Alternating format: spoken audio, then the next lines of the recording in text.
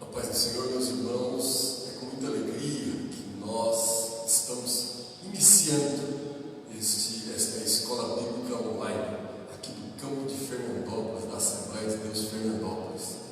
Nós, durante alguns meses, estivemos aguardando o desfecho da pandemia e agora estamos reiniciando a escola. É bom lembrar que essa escola bíblica, ela vai acontecer para todo o campo de Fernandópolis e aquelas igrejas amigas que também nos acompanham pelo Facebook também poderão agora, todos os domingos, a partir das 9 horas da manhã, nos acompanhar na EBD online aqui de Fernandópolis, da Assembleia de Deus, Ministério do Belém, em Fernandópolis. Neste início de trimestre, nós estaremos estudando a revista do segundo trimestre, que tem por tema a Igreja Eleita, redimida pelo sangue de Cristo e selada com o Espírito Santo da promessa. São 13 maravilhosas lições. Nós teremos uma dinâmica de aula um pouco diferente, um pouco adaptada ao sistema online. Não estamos aqui com as salas de estudos, nós não estamos divididos em salas, mas estamos fazendo uma transmissão única para todo o campo, para todas as escolas, para todas as classes da Escola Bíblica Dominical da Assembleia de Deus em Fernandópolis, e vamos estudar esta revista durante todo esse trimestre. Excepcionalmente, faremos alguns estudos específicos dos demais temas, mas os estudos que faremos neste trimestre se darão na revista do segundo trimestre de 2020. Nós teremos um trabalho acompanhado de todos esses ministros. Nós estamos aqui com o pastor Pedro, que é professor aqui na nossa igreja sede e também um dos estudiosos, um dos homens dedicados à escola bíblica dominical. Teremos também o presbítero Rodrigo, que também é nosso professor aqui na igreja sede, está lecionando costumeiramente para os jovens, para os adultos, e eles também estarão nos acompanhando, fará parte dessa mesa e nos ajudará nesse trabalho junto aos irmãos, junto a cada um dos alunos da Assembleia de Deus Ministério do Belém. E também o nosso professor de hoje, e superintendente da Escola Bíblica Dominical, aqui da Igreja 7 e do campo, nosso presbítero Micael.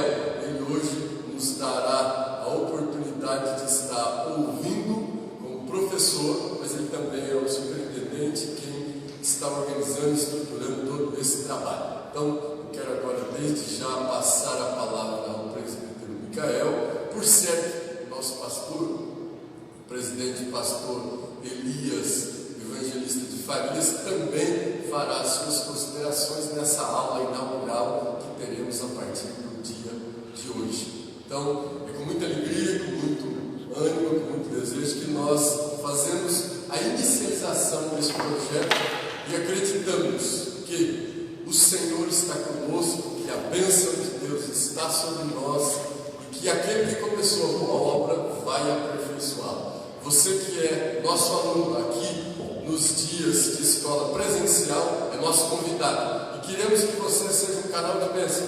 Convide também amigos, irmãos que ainda não frequentam a escola bíblica dominical para estar conosco, para ser abençoado e para fazer parte deste grande grupo de irmãos que estudam a palavra de Deus. Quero aproveitar a oportunidade para passar aqui para o nosso pastor Elias Evangelista. Deus nos abençoe.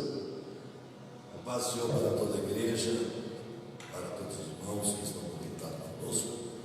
É muito bom já esse introito feito pelo pastor Molina. Quero só pedir aos irmãos que todos os domingos, todo o campo de Fernandópolis, neste horário, das 9 às 10, 10 e 15 no máximo, nós estaremos aqui realizando a escola bíblica dominical.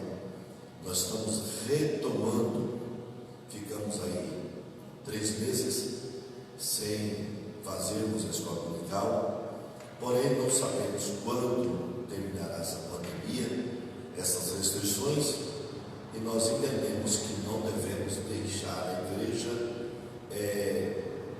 sem participar desse conteúdo maravilhoso que é a escola dominical.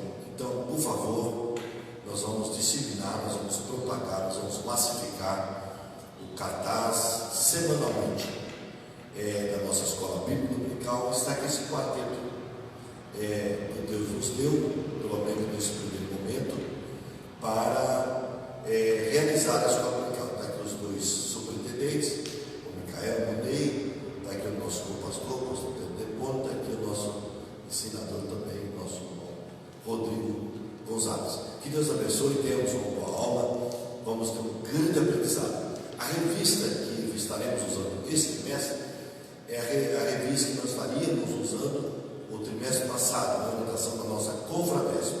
Então, como nós não tivemos a escola dominical no trimestre passado, a nossa Confradesp, o professor Wellington, o professor Wellington Júnior, os nossos líderes maiores, eles têm nos orientado a utilizar a mesma revista do trimestre passado.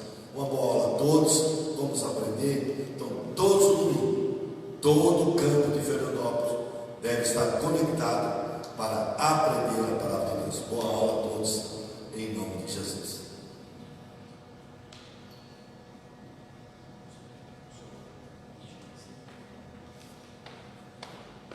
Saúde a todos os amados do Senhor. Vamos orar neste momento, então, para iniciarmos a nossa escola bíblica dominical. Senhor, meu Deus, meu Pai, em nome de Jesus, nós somos gratos a Ti, Senhor, por poder estar retomando hoje, meu Pai, a escola bíblica dominical. Te adoramos, meu Deus, por Tua bondade, infinita misericórdia que tem nos guardado, que tem nos protegido, que tem provido na nossa vida todas as coisas. Pedimos, ó Deus, que a Tua bênção possa ser sobre a vida de cada um dos nossos irmãos que estarão juntamente conosco, aprendendo da Tua palavra nesta manhã. Abençoe a cada lar, abençoe a cada vida, a cada família, meu Deus, trazendo a Tua bênção, a Tua graça, a Tua paz, para que em tudo o Teu nome seja glorificado, meu Deus. Amém. Hoje então estaremos estudando a lição de número 1. O título da lição é Carta aos Efésios, Saudação aos Destinatários. O texto áureo diz assim: a vós, graça e paz da parte de Deus nosso Pai e da do Senhor Jesus Cristo. Efésios capítulo 1, versículo de número 2. Verdade prática: a epístola aos Efésios revela o propósito eterno de Deus para a igreja de Cristo. Como base de leitura bíblica em classe, nós teremos Efésios de Atos, capítulo 19, versículo 1 ao 7. Os objetivos, o objetivo geral, mostrar o propósito divino na epístola aos Efésios, e os objetivos específicos, apresentar a autoria e a data da epístola, identificar para quem foi dirigida a epístola aos Efésios e explicar o propósito da escrita e a mensagem contida na epístola.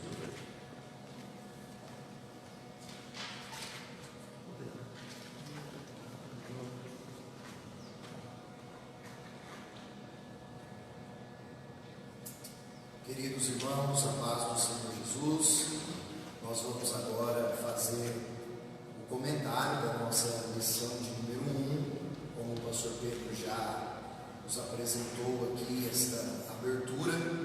Nós vamos ao comentário da lição de hoje.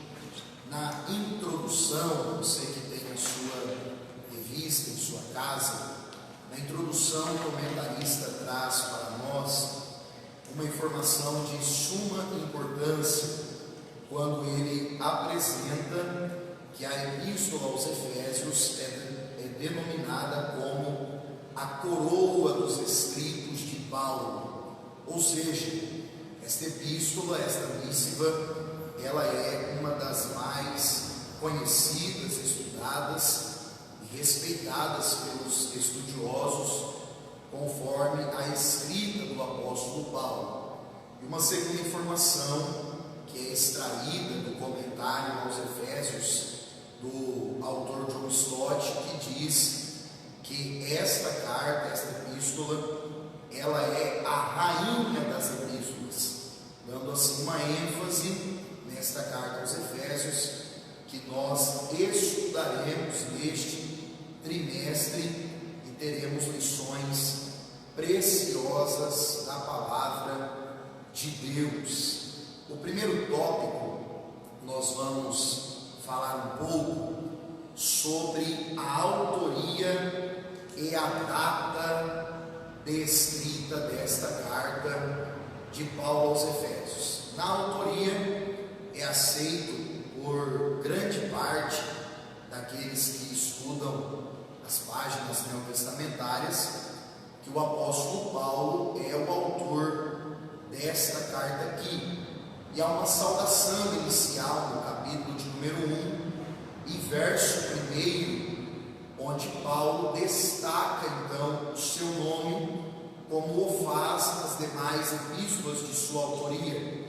Está escrito em Efésios 1:1, Paulo, apóstolo de Jesus Cristo, pela vontade de Deus, determinando assim uma certeza clara e absoluta para todos nós no que diz respeito à autoria desta carta aos Efésios. É importante nós lembrarmos que em Atos dos Apóstolos, capítulo de número 9, o apóstolo Paulo também é conhecido e chamado pelo nome de Saulo. A expressão Saulo vem de uma raiz hebraica, de onde veio também o nome do primeiro rei de Israel, o rei Saul, e o nome Saulo significa, tem o seu sentido de solicitado, alguém que foi solicitado. Este nome, como eu já vos disse, era um nome hebreu, um nome da língua hebraica, e agora o Novo Testamento vai chamá-lo dali em diante pelo nome de Paulo, e ele assim se denominou nas 13 epístolas de sua autoria. Isto aqui ganha uma proeminência nos escritos paulinos, pois Jesus o chamou para evangelizar os gentios, para pregar o evangelho ao povo não judeu, e certamente o nome Paulo, que era um nome romano, que tem o seu significado como alguém pequeno, ganharia destaque ao chegar nas cidades gentílicas para a pregação do Evangelho. O que me chama a atenção aqui, caros companheiros, é que o significado do nome Paulo é pequeno, alguém pequeno, mas nós vemos pela Bíblia Sagrada que Paulo realizou obras grandes. Apesar de ter um nome como alguém pequeno, ele realiza uma grande obra para o Senhor nosso Deus e a propagação do Evangelho de Jesus Cristo. Aqui cabe uma questão interessante, uma curiosidade a respeito deste nome. Algumas pessoas têm a ideia de que o nome de Saulo foi mudado, porém, o que nós vemos pelo texto sagrado é que quando ele estava entre os judeus, muitas vezes Paulo pregou nas sinagogas, ele era conhecido como Saulo. Porém, quando ia até os gentios e quando emitia as suas cartas, ele utilizava o nome gentílico, o nome romano de Paulo. Então, fica aqui essa explicação, esse comentário a respeito da autoria, quem é o autor da carta aos Efésios. No segundo ponto, nós temos a chamada assinatura apostólica. Esta, por sua vez, também encontra um destaque, uma proeminência no versículo 1, onde Paulo vai dizer que é um apóstolo de Jesus Cristo, não pela sua vontade própria, não pelo seu desejo ou pelo seu anseio, e sim pela vontade de Deus. Em 7 das 13 cartas que Paulo escreve, aparece esta expressão inicial: Paulo, apóstolo de Jesus Cristo, pela vontade de Deus.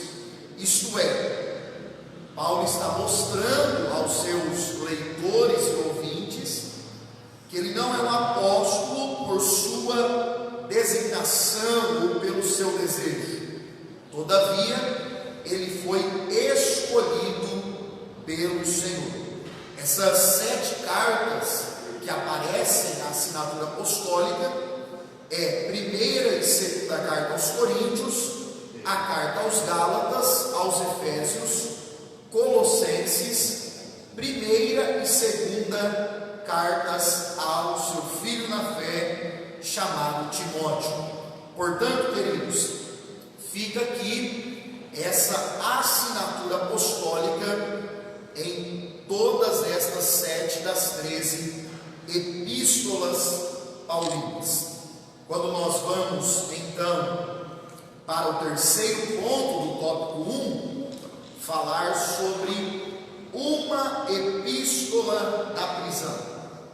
E é de suma importância que nós ressaltemos o cuidado do escritor, o doutor e pastor Douglas Batista, em acentuar para nós que Efésios é uma das cartas da prisão.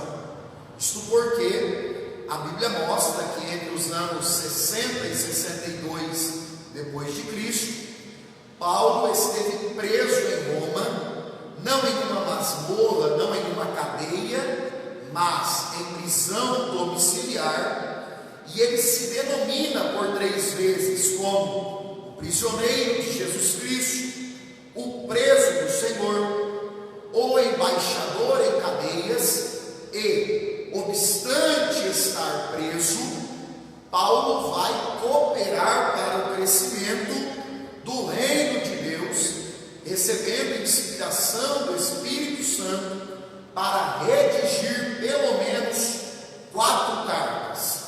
São elas Efésios, Filipenses, Colossenses e também Filemon. Estas 4 cartas aqui são de autoria paulina e foram escritas enquanto o apóstolo estava preso. Chamou minha atenção, queridos companheiros, professores, que o corpo de Paulo está preso, mas a sua alma, o seu espírito, a sua inclinação para as coisas espirituais, ela está tão livre quanto sempre foi.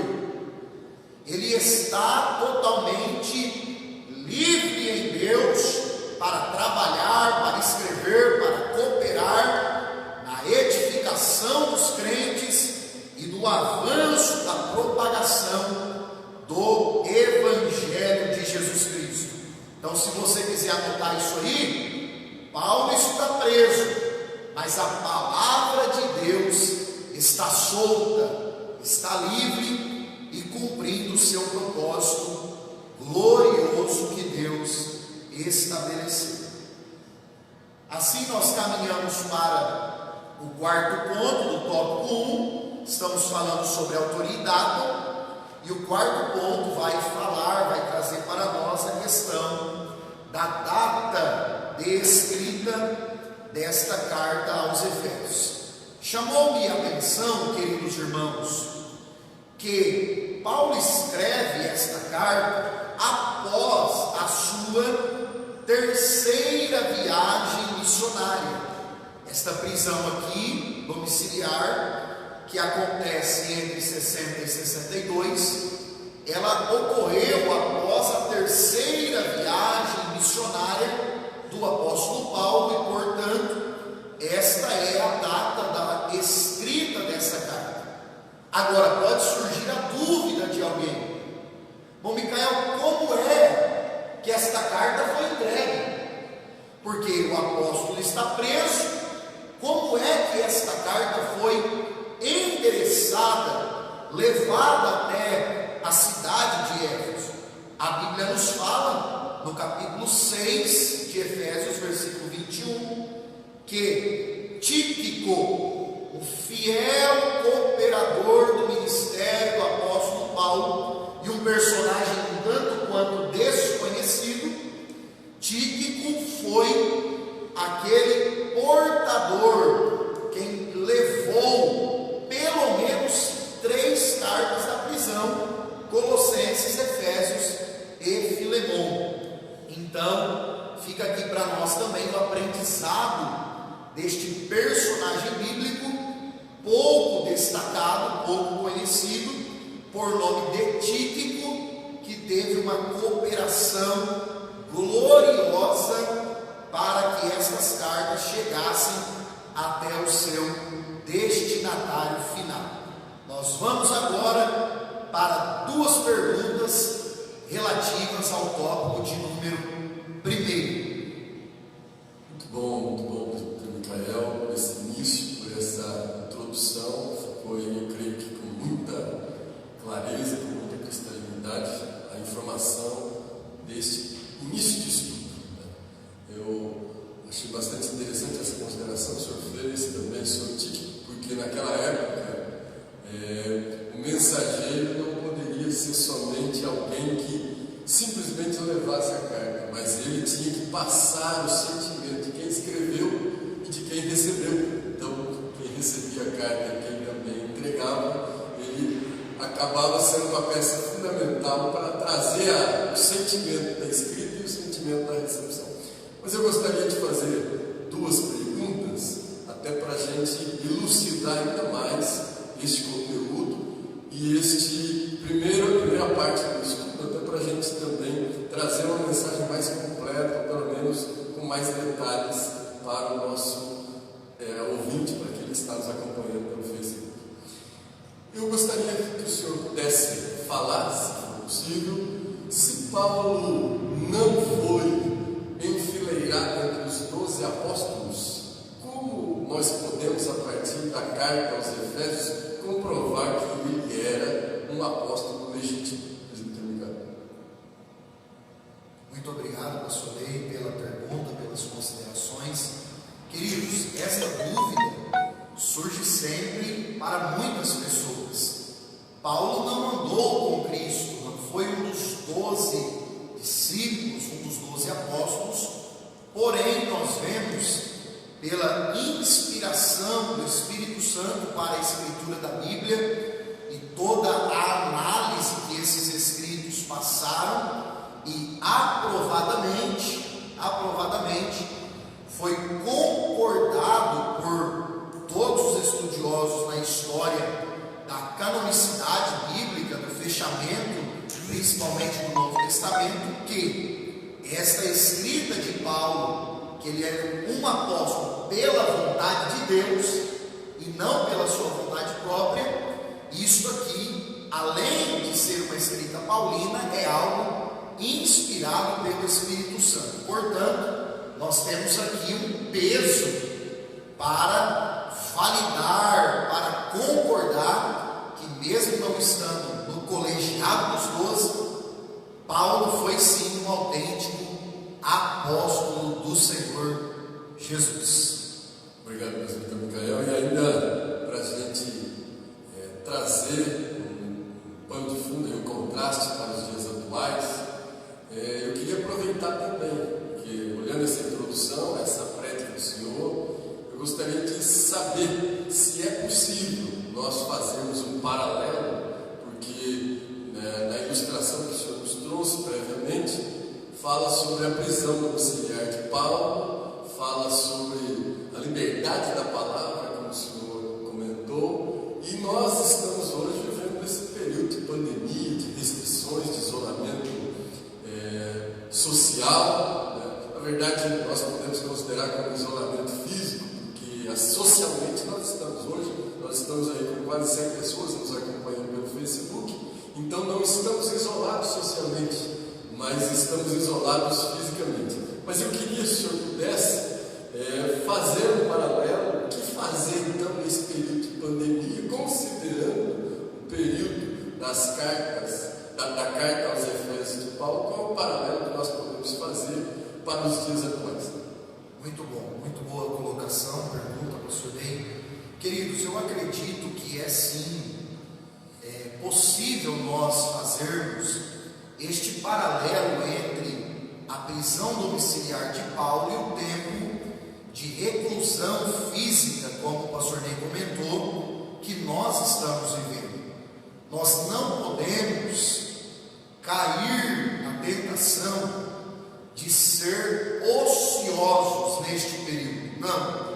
Por mais que em diversos lugares do nosso país e em alguns países os cultos presenciais ainda não retomaram as suas atividades, nós precisamos de todas as maneiras possíveis pregar o Evangelho, contribuir para o crescimento do reino de Deus nesta terra. Hoje nós temos esta ferramenta extraordinária que são as redes sociais. Estamos fazendo uso da mesma agora, neste momento, para chegar até a sua casa, e você também pode cooperar, contribuir, enviando este link para alguém, convidando alguém.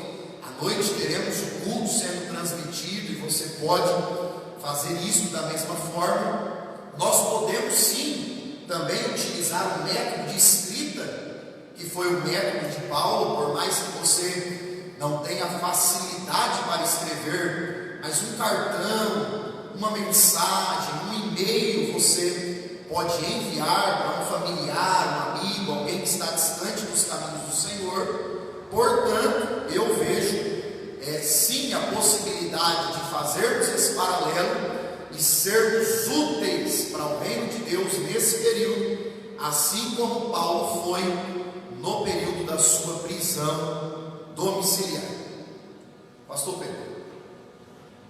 Vale nós lembrarmos da máxima que os antigos diziam, que mente desocupada é oficina de Satanás.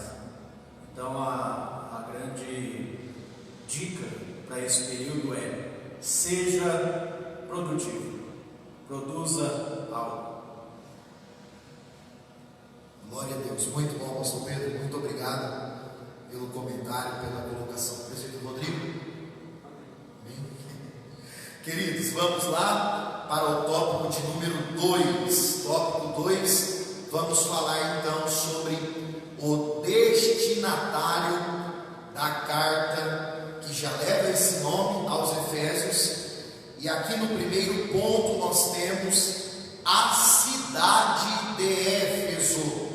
Eu queria que você redobrasse a sua atenção para você compartilhar aí, entender conosco algumas questões culturais de suma importância desta questão da cidade de Éfeso. Perceba uma coisa, o comentarista traz para nós que esta cidade ela é fundada por volta do ano 1050 a.C., e ela se torna então um centro político, um centro religioso e um centro cultural daquela época.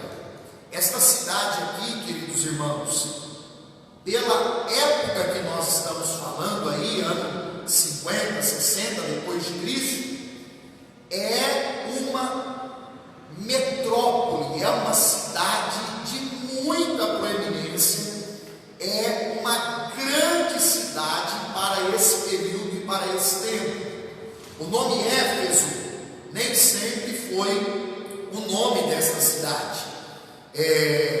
Lisímaco chamou a cidade de Éfeso de Arizone, em honra à sua segunda esposa, segundo alguns historiadores, e também Átalo Fidelfo construiu algumas docas e instalações portuárias, por isso Éfeso, no seu princípio, levou esse nome de Arizone. Depois, com o passar do tempo, foi mudado para Éfeso, e a palavra Éfeso significa desejável. Eu imagino, caros companheiros, que era desejável mesmo morar em Éfeso.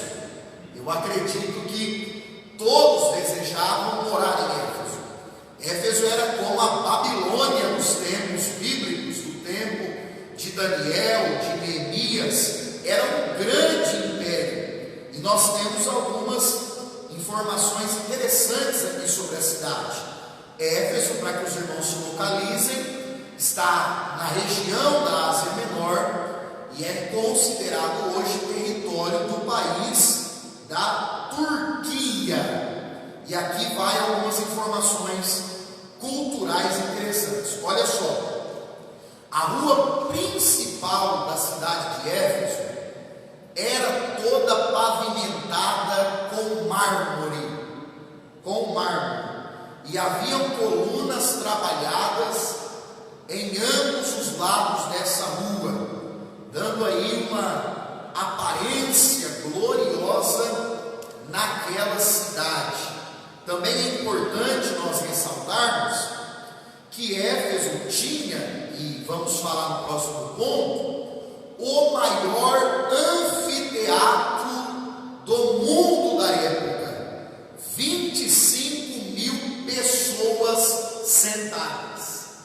É muita gente, tem que ser muito grande.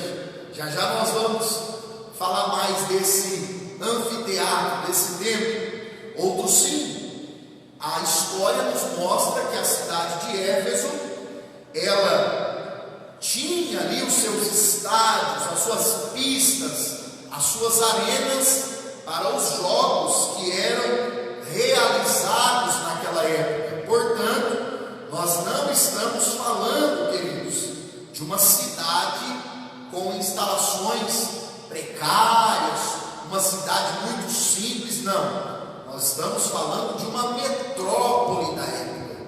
E quando nós vamos para o segundo ponto, a religiosidade em Éfeso, nós conseguimos entender um pouco mais da suntuosidade desta cidade.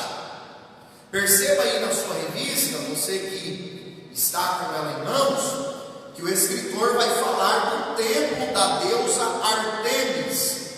Este nome é um nome grego, pois os romanos conheciam a deusa Artemis como a deusa Diana, a famosa deusa da fertilidade. Essa era a principal divindade adorada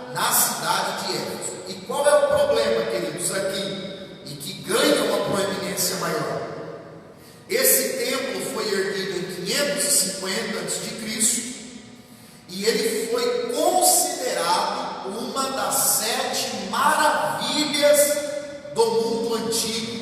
O templo da deusa Diana, da deusa Artemis, foi considerado uma das 7 maravilhas do mundo antigo.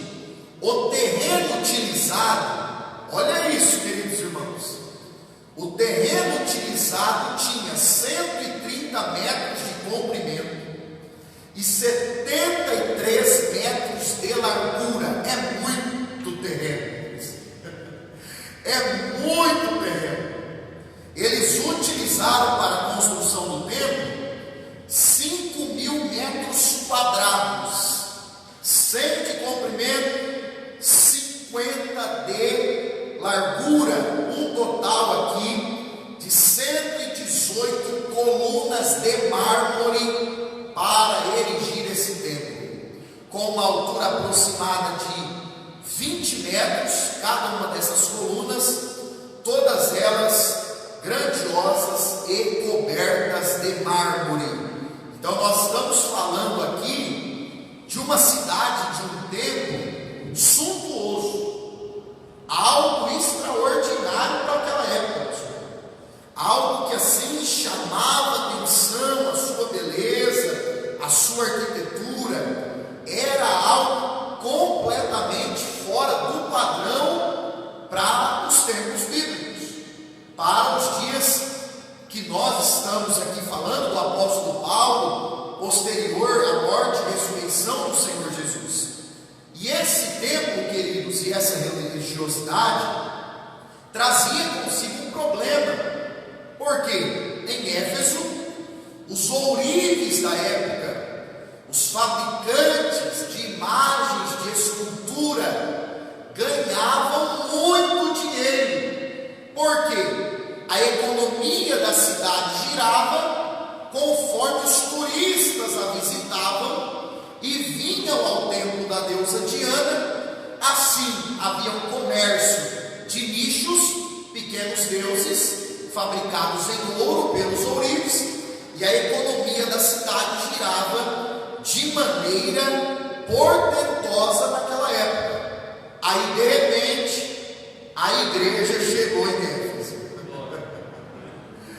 A igreja, irmãos, chegou na cidade de Éfeso, e diz a Bíblia que a adoração idólatra começou a sofrer resistência. Vamos ler, por gentileza, carta de Paulo aos Efésios, ou melhor, vamos ler Atos primeiro.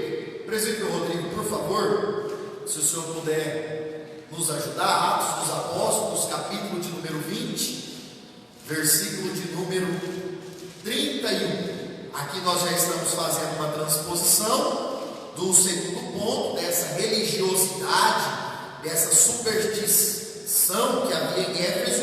Estamos agora entrando na igreja de Éfeso, por gentileza.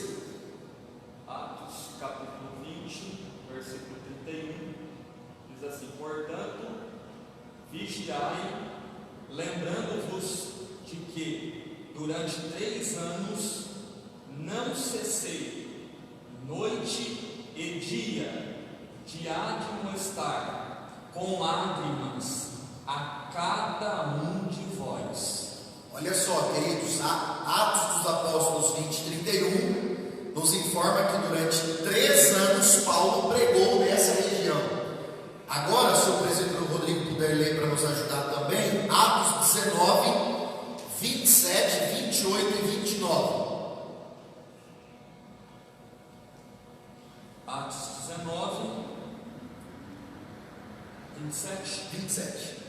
Não somente há o perigo de que a nossa profissão caia em descrédito, mas também de que o próprio templo da grande deusa Diana seja estimado em nada, vindo a majestade daquela que toda a Ásia e o mundo veneram a ser destruída. Ouvindo isto, encheram-se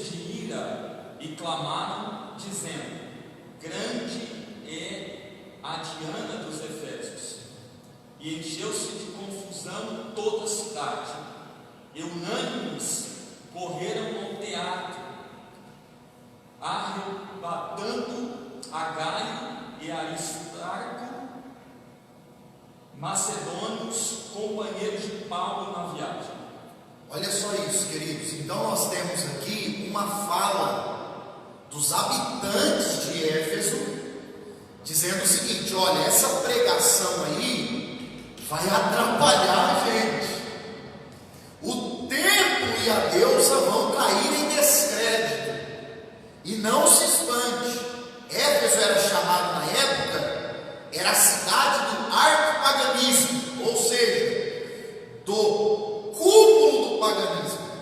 Eles tinham cultos nesse templo de Diana, queridos irmãos, que envolviam sacerdotes, sacerdotisas, escravos, assistentes, eunucos, e eram rituais bastante esdrúxulos, por assim dizer, sem nenhum tipo de moral, sem nenhum tipo de respeito com o ser humano.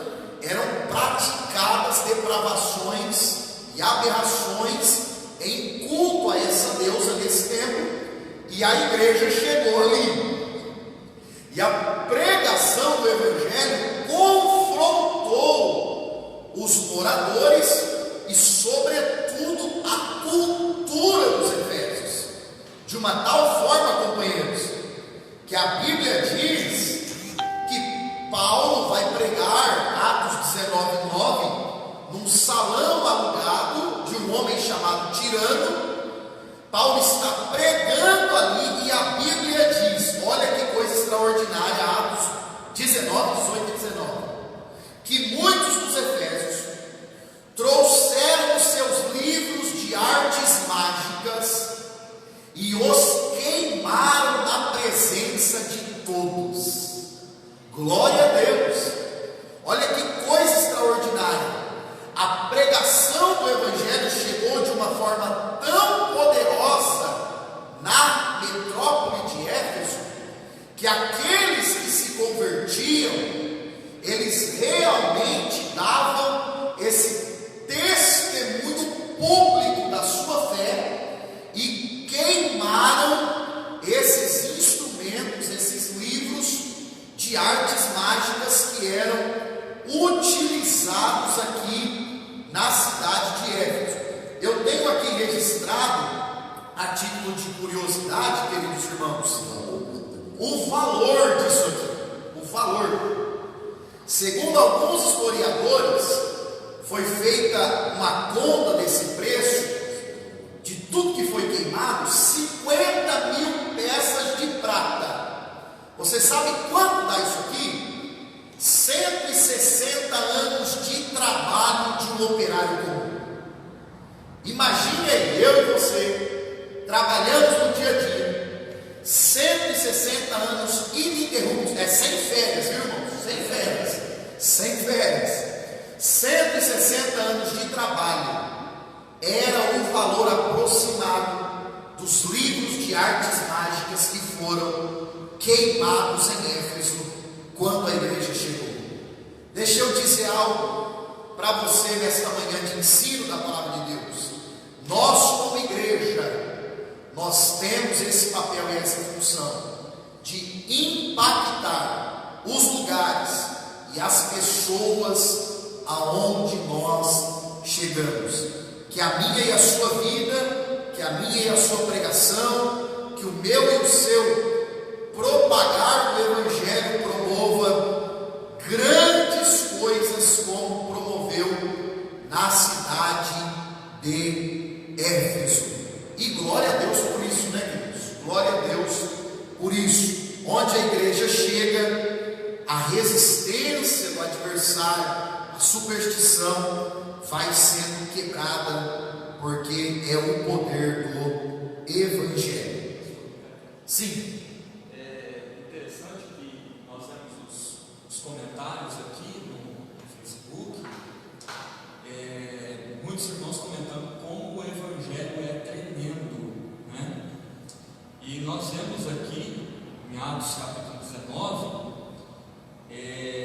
a prática impressionados pela Bíblia, mas a própria magia e o poder da palavra de Deus ao chegar neste local e transformar as pessoas e o local, fazendo-as deixar as suas práticas e vir para o Evangelho. Isso é magnífico, tremendo e poderoso. O poder da palavra de Deus. Muito bom. Deus abençoe os irmãos que estão aí fazendo esses comentários.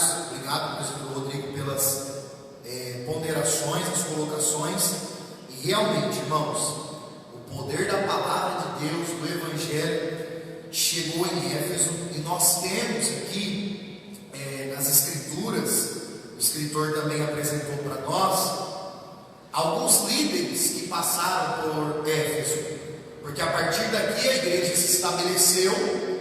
Um grande número de gentios se converteram ao Evangelho ali em Éfeso, e agora nós temos Apolo, que passou por Éfeso e era um proeminente pregador do Evangelho. A Bíblia diz em Atos 18, 24 ao 28, que ele foi instruído por Priscila e Áquila, um casal que havia em Éfeso.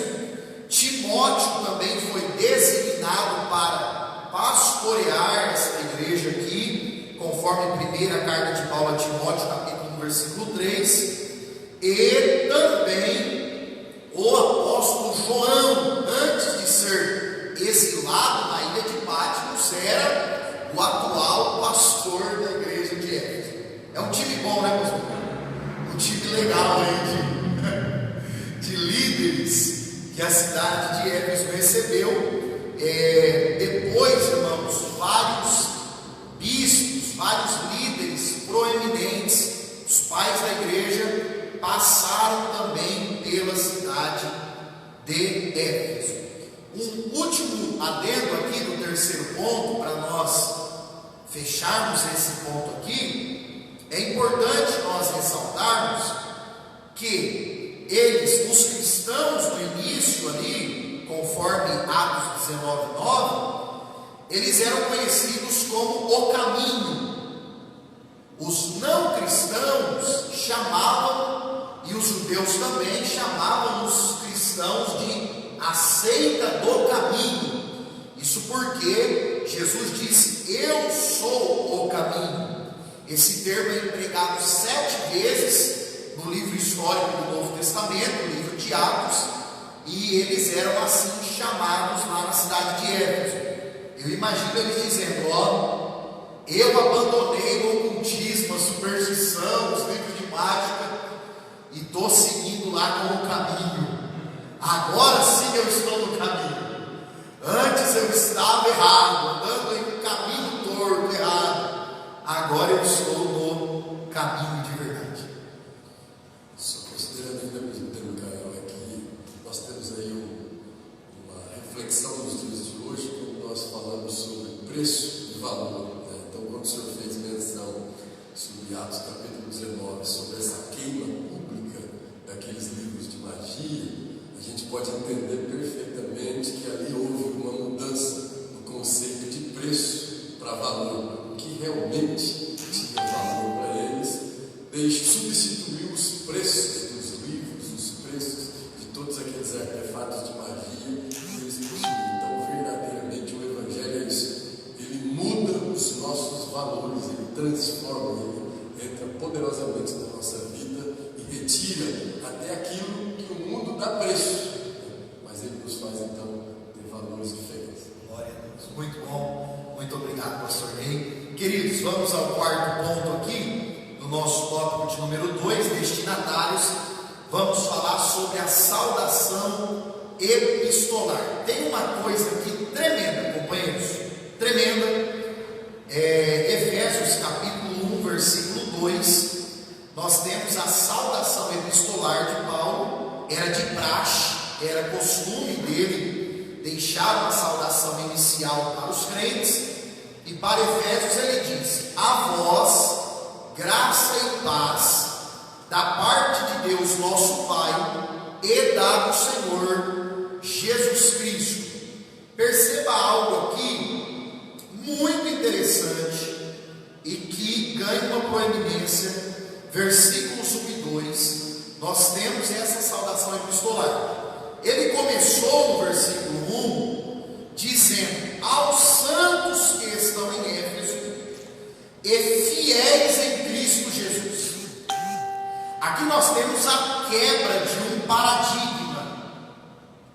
Nós por muito tempo, queridos irmãos, aderimos à ideia e à frase, que ela é muito simples e muito curta para demonstrar o seu significado, e nós acostumamos a dizer: santo é só Deus. Já ouviram isso? Santo é só Deus. O que é que nós precisamos compreender com clareza? A palavra santo, tanto na sua raiz hebraica no Antigo Testamento, quanto grega no Novo Testamento, remete-nos à ideia de alguém separado, alguém exclusivo, alguém que foi comprado para pertencer a somente um dono.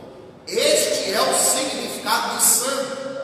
É por isso que Paulo sempre vai chamar os crentes de santos.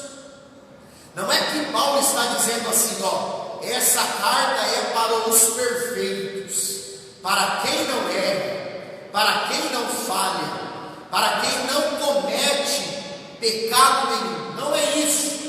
O que Paulo está ensinando a carta é para todos que nasceram de novo, entregaram a vida para Jesus e estão no processo de santificação diante do Senhor. Então entenda isso: se você nasceu de novo, se você entregou sua vida a Cristo, está no processo de santificação, você é considerado, chamado biblicamente de santo, separado. Portanto, isso nos traz aqui duas coisas. Primeiro, privilégio de sermos separados por Deus e para Deus.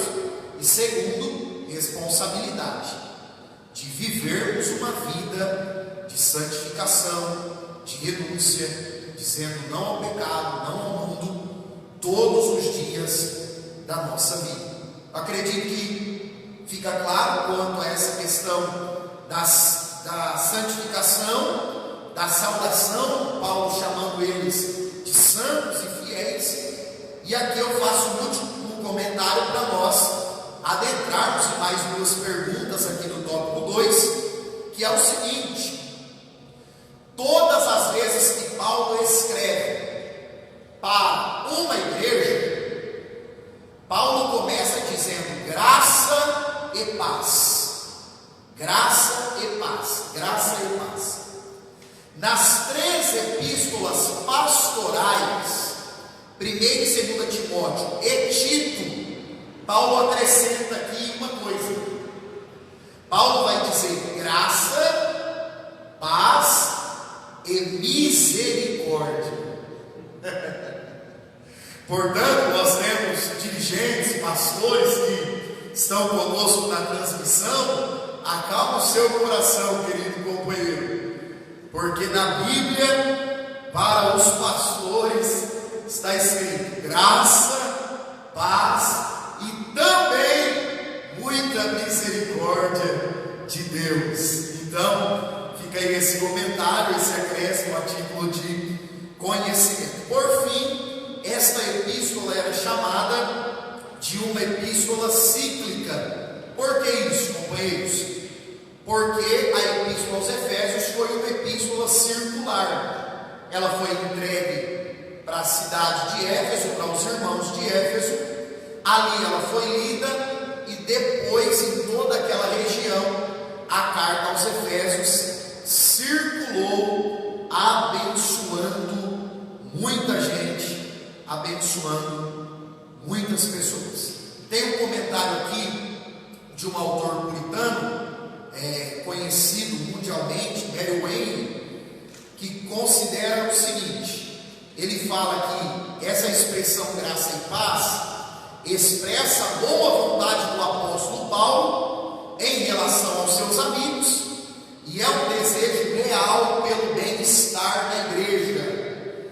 Não há paz sem a graça, e essas bênçãos peculiares procedem de Deus, não só como Criador, mas também de Deus como nosso Pai. Então, Paulo ressalta aqui a paternidade de Deus em Éfeso, demonstrando que Ele não é só o Criador e o Senhor, mas que Ele também é Pai daqueles que o amam, daqueles que o seguem, e por isso nós temos a sua graça e a sua paz. Amém, queridos? Fechamos o tópico 2. Pastor Pedro vai nos encaminhar 2 perguntas, por favor. Graças a Deus, nós adoramos a Deus por essa exposição. O presbítero Micael estava pensando aqui que não vai ser fácil ensinar depois disso. Ainda bem que existe graça, paz e misericórdia. Mas a força do Evangelho, quando nós fazemos essas perguntas, é mais para sintetizar aquilo que nós estudamos, e é uma forma também de os nossos irmãos que nos acompanham, até mesmo nós aqui, entendermos melhor o assunto e guardarmos mais aquilo que nós estamos estudando. A força do Evangelho mexeu com a estrutura de Éfeso. Quais estruturas foram mexidas através do Evangelho em Éfeso?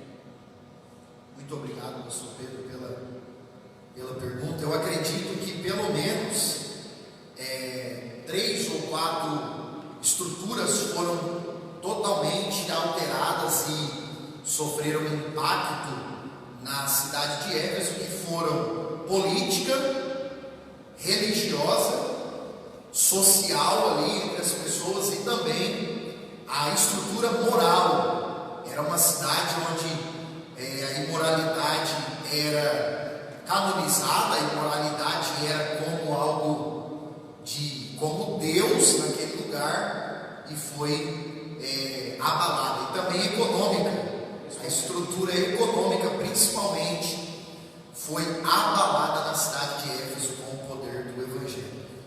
Eu até acredito que Paulo não tinha noção daquilo que ele ia conseguir impactar com o Evangelho na cidade de Éfeso.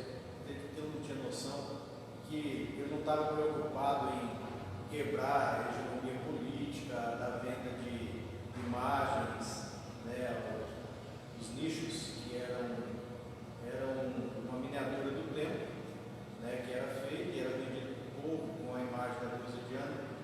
E existia também a prática sexual, que os turistas eram atraídos por causa dessa prática, que foi quebrada também.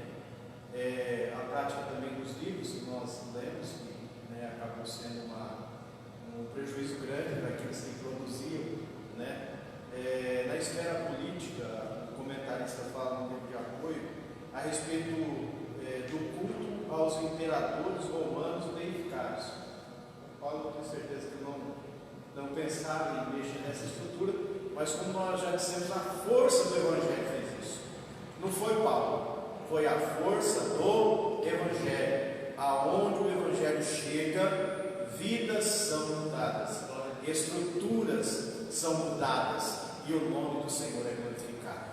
A todos nós que estamos nessa manhã envolvidos com a lição, nós temos que ter a plena convicção disso.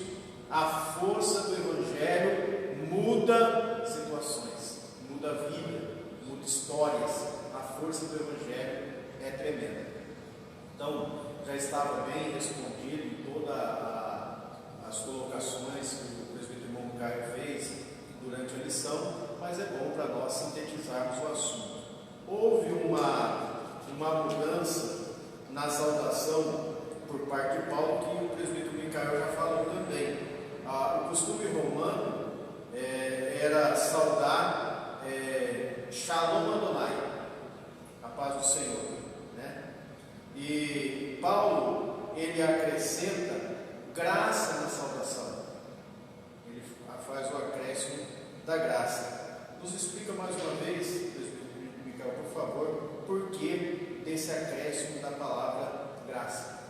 Muito bom, obrigado, pastor Pedro, pelas considerações e a segunda pergunta. Queridos, como nós dissemos, Paulo, ele está evangelizando o mundo gentílico. Era um costume judaico, era um costume de todo o Antigo Testamento que havia essa saudação com a paz, e Paulo aqui faz esse acréscimo da graça. Eu creio que o intuito do apóstolo, não só a sua carta, mas no dia a dia tendo essa saudação, primeiro é apresentar a eles o evangelho que Paulo estava vindo pregar. As boas novas que Paulo anunciava era o evangelho da graça. E eu creio também, caros companheiros, que todas as vezes que a Bíblia traz-nos essa saudação e que nós cumprimentamos uns aos outros assim, nós estamos resgatando o próprio cumprimento do Senhor Jesus, que após a sua ressurreição apareceu para os seus apóstolos, e a primeira palavra de Jesus não foi: estou aqui, ressuscitei, olha, voltem a ter esperança, cheguei, eu ressuscitei como eu havia prometido. Não, Jesus chega de forma miraculosa e diz: paz seja convosco.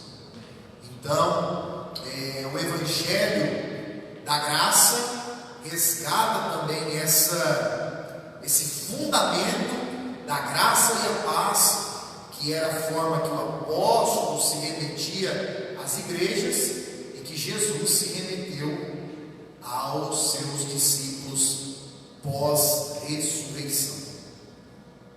Só fazer mais uma colocação.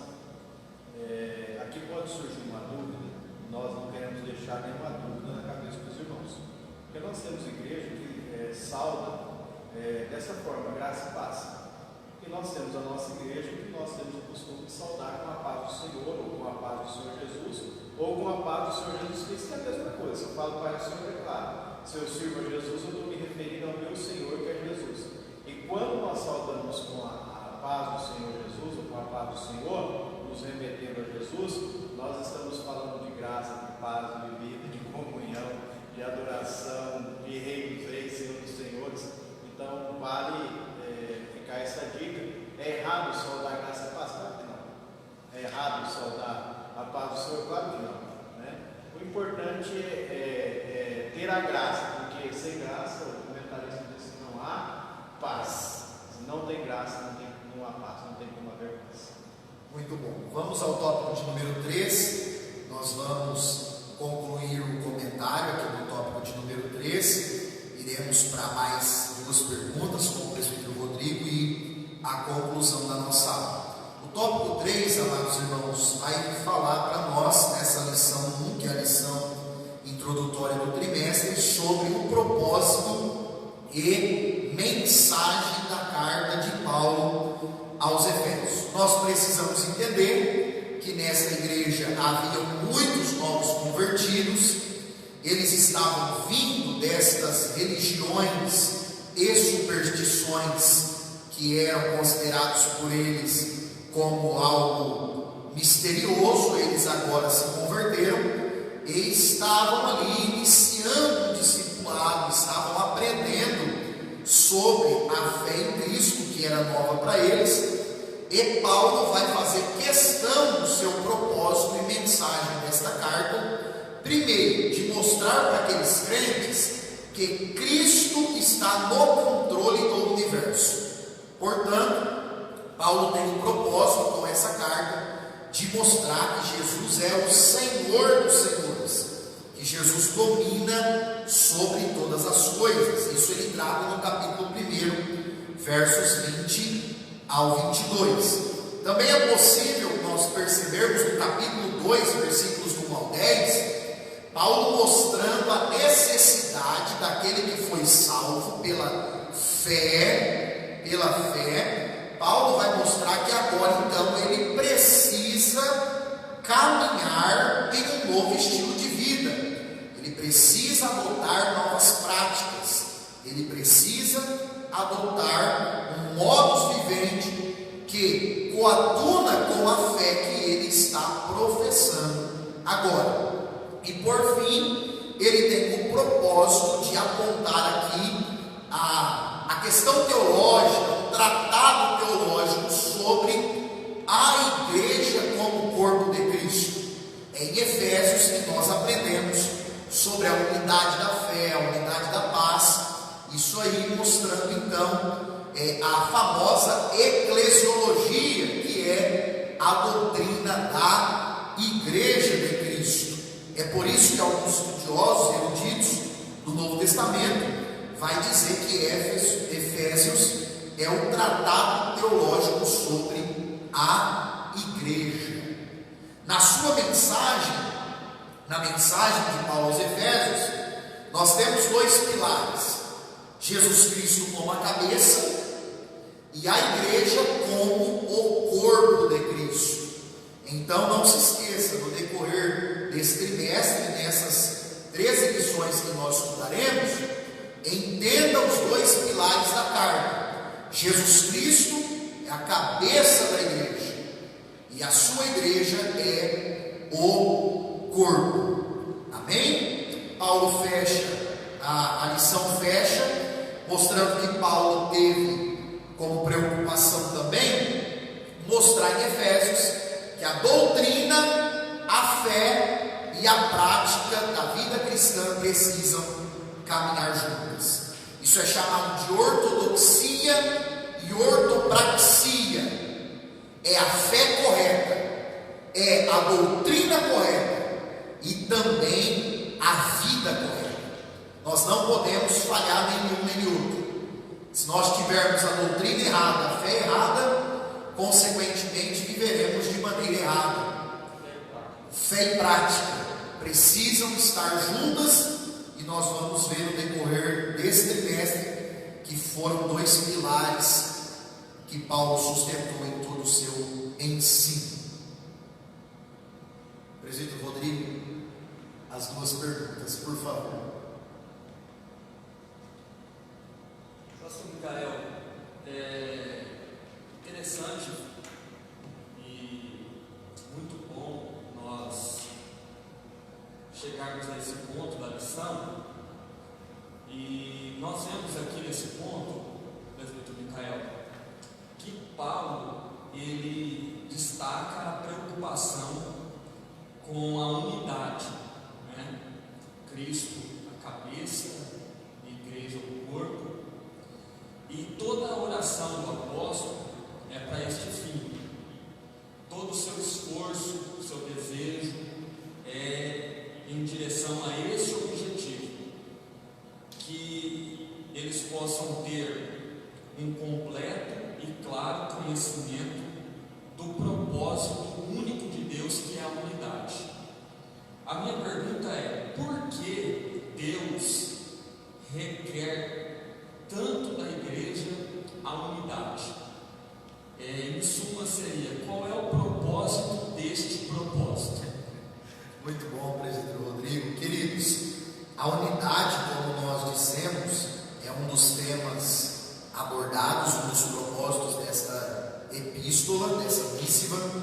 E eu acredito, presbítero Rodrigo, que a unidade é uma das formas mais gloriosas de revelar o caráter de Deus.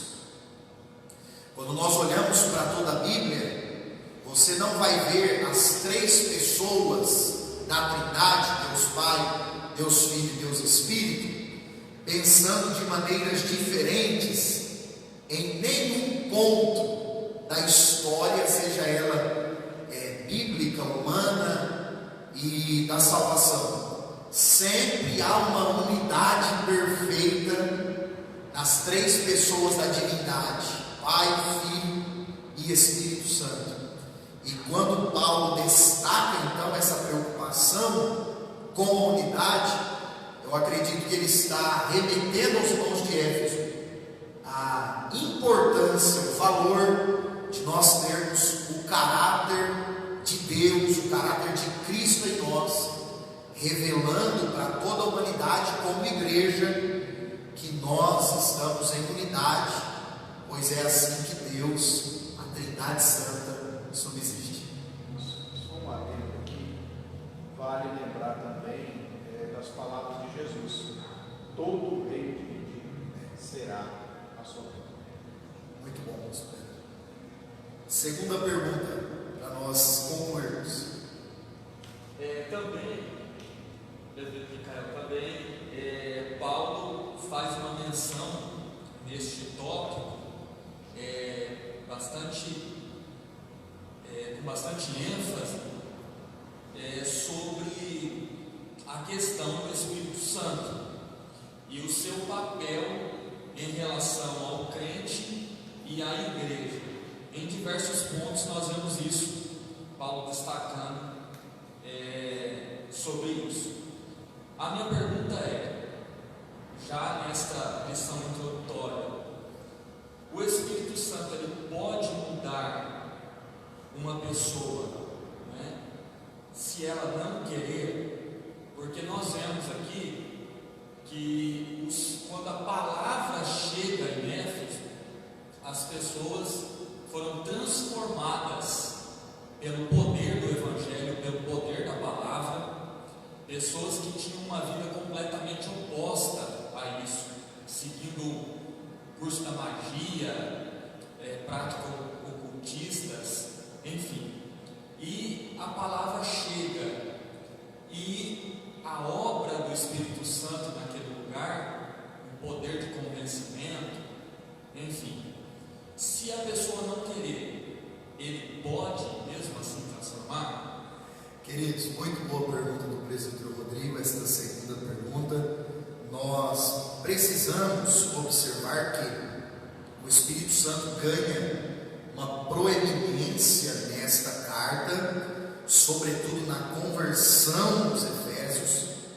Todavia, também é possível nós observarmos, tanto pela carta quanto pela história, que algumas pessoas ainda resistiram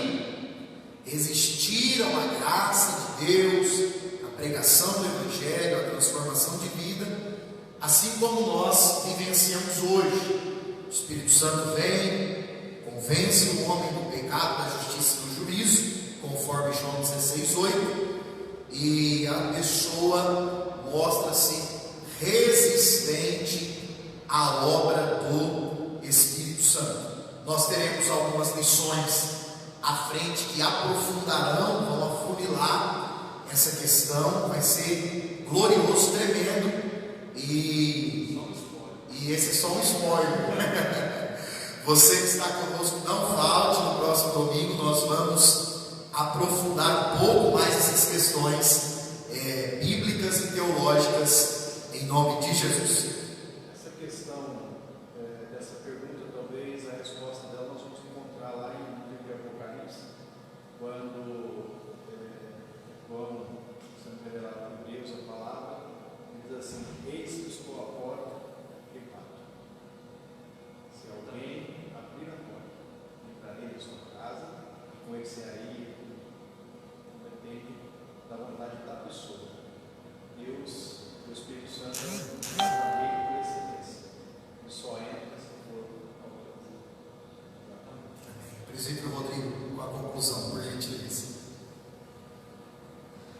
Meus irmãos, nós queremos concluir esta aula, por sinal, uma excelente abertura, uma excelente aula. Em todo momento eu estive aqui acompanhando nas redes sociais, tivemos um público excelente, e nós queremos agradecer a todos que aqui estiveram conosco participando, aos professores, os comentários, excelente. A conclusão eu gostaria de ler com todos os irmãos. A epístola revela um elaborado resumo da salvação e suas implicações para a vida cristã. Seu conteúdo recorda o favor imerecido que recebemos gratuitamente da parte de Deus. Suas exortações nos impelem a viver em santidade e alicerçados em Cristo, a cabeça da igreja, a batalhar contra as forças das trevas.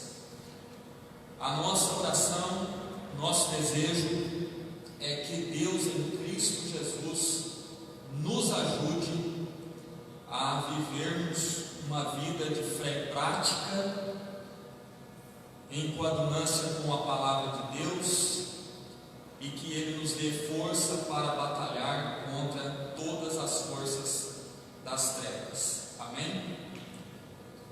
Professor, deixa eu só fazer um adendo aqui, falar para os irmãos que nos acompanharam, que lembrar que essa primeira lição, a lição introdutória, é muito técnica, foi boa, porém eu acredito que as que estão por vir serão melhor ainda. Parabenizo o presbítero Micael, que levou aí uma sabedoria tremenda da parte de Deus, mas as próximas lições eu acredito que tem coisa boa de Deus que nos agrada. Então esteja conosco no próximo domingo, nos ajudando, cooperando conosco, e com certeza Deus irá nos abençoar. Amém, pastor Pedro. Você que esteve conosco, nós queremos te agradecer por esse interesse, orar pela sua vida, para que o Senhor lhe aperfeiçoe, esclareça ainda mais, como disse o nosso amado pastor Pedro. Esta lição era introdutória, caráter de apresentação do trimestre, então por isso ela tem essa conotação técnica, mas teremos aí assuntos mais detalhados, mais minuciosos, mais específicos nas lições posteriores. Queremos agradecer a presença de cada um dos professores, parabenizar o nosso superintendente, o professor presbítero Micael, tão boa exposição, aprendemos muito na manhã de hoje, e tenho certeza que você também, na sua casa, no conforto, aí junto à sua família, também aprendeu e poderá aprender muito mais. Nós tivemos essa rodada com perguntas no encerramento de cada tópico, então para as próximas lições nós teremos essa temática de acompanhamento, de leitura, exposição, esclarecimento. Você que está nos acompanhando também poderá participar. Se você gostou desta aula, se você apreciou o conteúdo que foi aqui exposto, eu peço para que você compartilhe, abra as suas salas, faça também aí os seus comentários, a indicação, porque você também, como nós falamos na lição de hoje, você pode ser um canal de bênção para abençoar muitas vidas. Nesse encerramento nós vamos estar orando e vamos então finalizar a transmissão de hoje. Senhor, nós mais uma vez te agradecemos, te exaltamos por esta tão abençoada aula, pela abertura deste trimestre, pelas bênçãos que o Senhor tem derramado sobre nós. Nós te pedimos, ó Deus, que esta transmissão, que esta aula seja bênção na vida de todos aqueles que nos acompanharam e que também ainda vão ter acesso a esse conteúdo. Aperfeiçoa cada um de nós, prepara, ó Pai, orienta a tua igreja para que nós sigamos perfeitamente o nosso cabeça, Cristo Jesus, nesta empreitada de fazer a tua obra, de fazer o teu querer e a tua vontade. Abençoa também esse dia, o culto à noite, todas as atividades da tua igreja e do teu povo, e que nós possamos, ó Deus, nas demais lições ser ainda mais aperfeiçoados pela tua presença e pela tua instrução. É o que nós te pedimos em nome de Jesus. Pastor Pedro. Pastor, só um complicado, hoje à noite nós temos o nosso culto, às 6 horas, às 8 horas, os irmãos poderão acompanhar também pelas redes sociais, amém? Nós contamos com a presença de todos, compartilhem, divulguem, hoje é o nosso culto de ceia, então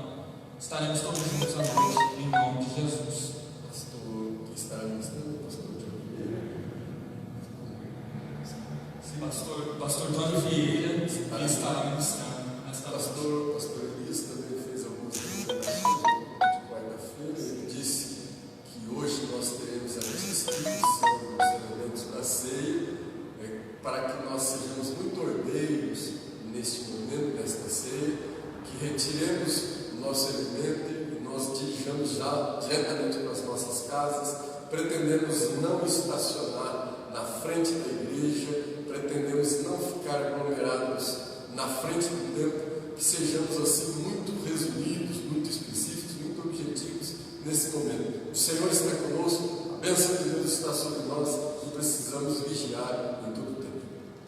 Estenda suas mãos, que a graça do Senhor Jesus, o amor de Deus